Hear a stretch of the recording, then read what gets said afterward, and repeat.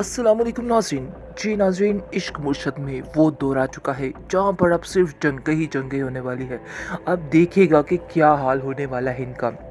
यानी कि अब जैसा कि खुलकर सामने आ चुका है शिब्रा के बाप के, और वो बहुत ज़्यादा हैरान होता है अपनी बेटी को देखकर और कहता है कि मुझे तुम्हारी बिल्कुल हरकतें पसंद नहीं आ रहा, क्योंकि तुम्हारा रिश्ता तो फरहाद के साथ मैंने करने का सोचा है, और तुम क्यों उसके कमरे में बार बार जा रही हो, क्यों उसके साथ तुम फिरती हुई मुझे नज़र आ रही हो। मुझे मामला कुछ संगीन लग रहा है। जिसको सुनकर कहती है कि बाबा, मैं आपकी इज्जत पर कभी कोई आंच नहीं आने दूंगी, लेकिन हकीकत ये है कि मैं फजल बख्श को पसंद करती हूँ। इससे आपको भी कोई इतराज़ नहीं होना चाहिए। मुझे फरहाद में कोई भी इंटरेस्ट नहीं है। जिसको सुनकर उसका बाप काफ़ी ज़्यादा परेशान हो जाता है और कहता है कि आखिर तुमने ये बात मुझसे क्यों छुपाई। आगे से आप देखेंगे कि शिप्रा कहती है कि मुझे भी अभी इस बात का पता चला कि वाकई में उससे बेहद प्यार करती हूँ।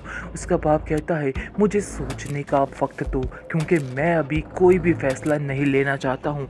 मुझे पहली बात तो ये है कि यकीन ही नहीं आ रहा, और दूसरी बात ये है कि यकीन करना भी बहुत मुश्किल है। दूसरी तरफ शमीर का दोस्त बेहद परेशान है, क्योंकि वो धोखा दे रहा है शमीर को। इस चीज़ का अंदाज़ा नहीं है शमीर को कि कभी उसका दोस्त उसके साथ ये काम कर सकता है। सारी रिपोर्ट्स और सारा कुछ शिब्रा के बारे में उसको दे रहा है ताकि वो लड़की मेहरीन शिब्रा की ज़िंदगी तबाह कर सके। इस चीज़ के लिए शमीर उसको कभी माफ़ नहीं करेगा, क्योंकि शमीर उस पर अंधा एतबार करता है, उससे बेहद प्यार करता है और उस पर बहुत ज़्यादा यकीन करता है कि मेरा दोस्त कभी मुझे धोखा नहीं दे सकता है।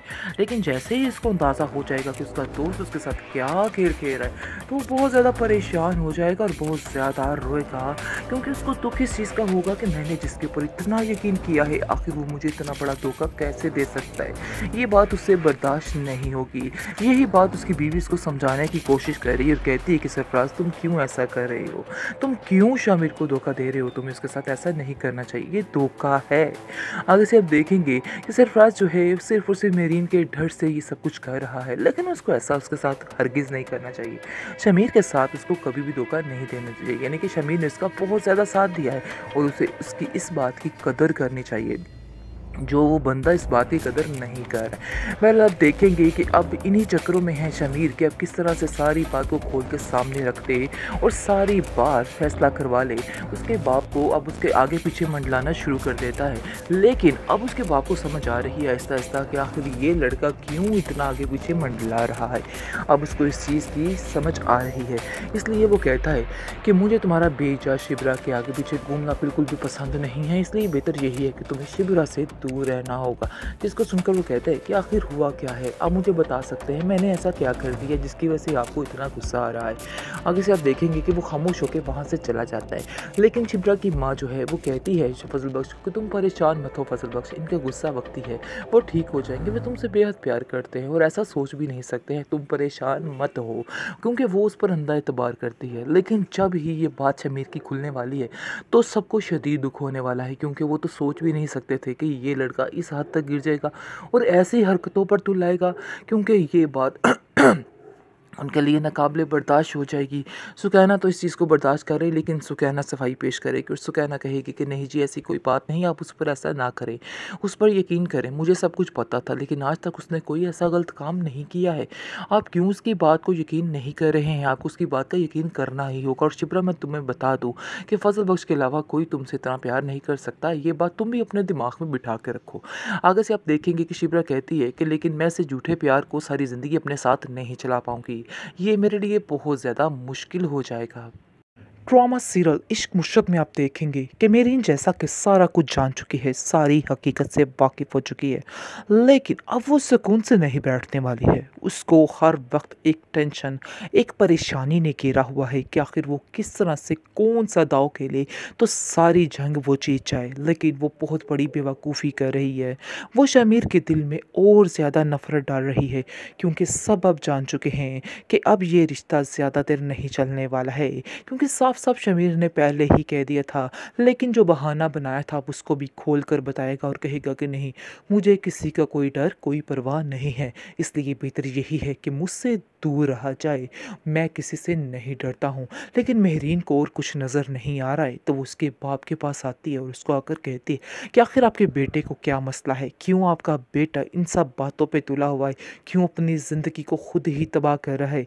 क्यों इस तबाही की तरफ जा रहा है? क्यों आप उसको नहीं समझा रहे हैं?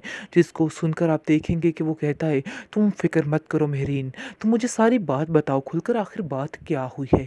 जिसको सुनकर वो कहती है कि आपको कुछ मालूम नहीं कि आपका बेटा आपके साथ क्या धोखा कर रहा है, आपकी पीठ के पीछे इसके क्या गिलोने काम हैं। जिसको सुनकर वो काफ़ी हैरान होता है और कहता है, क्या तुम मुझे बता सकती हो इन बातों में उलझाने का क्या फ़ायदा? जिसको सुनकर मेहरीन अपनी सारी बात बताती है और कहती है कि असल मामला एक लड़की का है, जिसकी वजह से वो कभी अपने मुर्शिद का बहाना बना रहा है और कभी कोई बहाना बना रहा है। ऐसी कोई बात नहीं है। मैंने सारी बात का पता लगवा लिया है और मुझे समझ आ चुकी है कि वो सिर्फ़ और सिर्फ़ झूठ बोल रहा है, इसके अलावा और कुछ नहीं। उसका बाप घबरा जाता है और परेशान हो जाता है और कहता है कि तुम्हें ज़रूर कोई गलतफ़हमी हुई है, ऐसी कोई बात नहीं है। मैं अपने बेटे को बड़े अच्छे तरीके से जानता हूँ, वो ऐसा कुछ भी नहीं कर सकता है। वो सिर्फ़ और सिर्फ़ तुमसे ही शादी करेगा, ये तुम क्यों सोच रही हो? आगे से मेरीन कहती है कि मुझे कोई गलतफ़हमी नहीं हुई। मैंने अपनी आँखों से उस लड़की को उसके साथ देखा है और मुझे इस चीज़ का यकीन है कि आप भी ये बात नहीं जानते थे।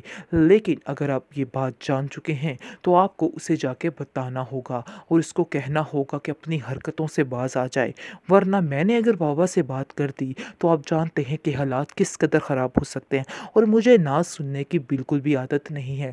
इसको सुनकर शमीर का बाप घबरा जाता है और कहता है कि बेटा तुम फ़िक्र मत करो, सब कुछ ठीक हो जाएगा। मैं तुम्हारे साथ हूँ और मैं शमीर को समझाऊँगा और अगर वो नहीं माना, तो फिर भी उसको मेरी बात माननी ही पड़ेगी। तुम फ़िक्र मत करो।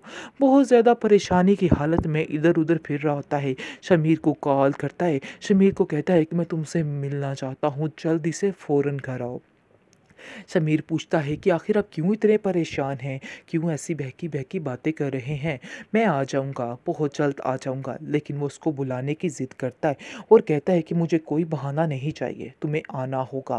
और जैसे ही वो उसके पास आता है तो सारा किस्सा उसका खोल के बताता है और कहता है कि मेरीन इन सब बातों के सख्त खिलाफ है और मैं नहीं चाहता कि मेरीन के दिल में कोई भी शक आ पहुँचे। इसलिए बेहतर यही है कि अपने दिमाग के तालों को खोलो और अपनी दुनिया अगली दुनिया की तरफ ध्यान दो। ऐसा ना हो कि तुम्हारे हाथ से हर चीज़ निकल जाए और मैं ये बात कभी बर्दाश्त नहीं करूँगा, क्योंकि मैं तुम्हें बहुत ज़्यादा कामयाब होता हुआ देखना चाहता हूँ। मैं बस यही चाहता हूँ कि तुम ही हो, तुम ही हर तरफ हो। इसलिए बेहतर यही है कि उस लड़की को छोड़ा जाए, शिब्रा का नाम भी इस घर में दोबारा नहीं लिया जाएगा और तुम भी अपने दिमाग में बिठा लो। अगर तुम ये बात चाहो ना चाहो, लेकिन मेहरीन ही इस घर की बहू बनेगी और ये मेरा आखिरी फ़ैसला है। आगे से आप देखेंगे कि शमीर गुस्से में कहता है, ये आपका लालच बोल रहा है, आपका प्यार नहीं है मेरीन के लिए, बल्कि सिर्फ़ और सिर्फ़ एक लालच है। लालच की बिना पर आप इतनी बड़ी-बड़ी बातें कर रहे हैं और कुछ भी नहीं।